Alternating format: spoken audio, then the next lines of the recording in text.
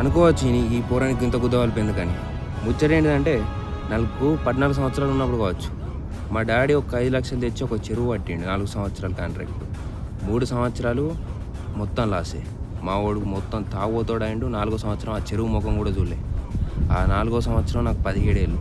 అప్పుడు నేను ఆనికాలు మొక్కి ఈనికాలు మొక్కి అది తెలుసుకొని ఇది తెలుసుకొని నేను సపరేట్ కాబట్టి 4.5 లక్షల అప్పు తీర్చిన.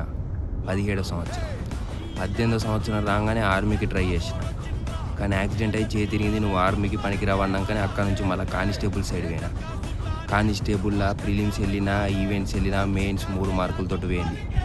అప్పుడు కూడా పైసలు లేక నేను ట్రైనింగ్ తీసుకొని, దాని తర్వాత వెంటనే 20 సంవత్సరంలో నేను నా రాష్ట్రం వదిలేసి పక్క రాష్ట్రమైన ఆంధ్రప్రదేశ్ వైజాగ్ పోయి వెల్డింగ్ ట్రైనింగ్ తీసుకున్నా. కానీ అక్కడ కూడా వాడు గుద్దలు రూబాబు చూపెడితే నాకు నచ్చక వానితో లొల్లి పెట్టుకొని వచ్చేసిన 3 నెలలకే.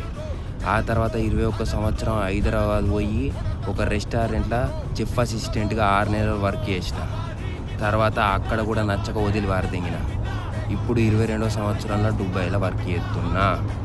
ఈ 5 సంవత్సరాలు మా నాన్న మా అమ్మ దగ్గర నుంచి నేను ₹1 తీసుకోలేను. దుబాయ్కి రావడానికి కూడా వాళ్ళని ₹1 అడగలేదు.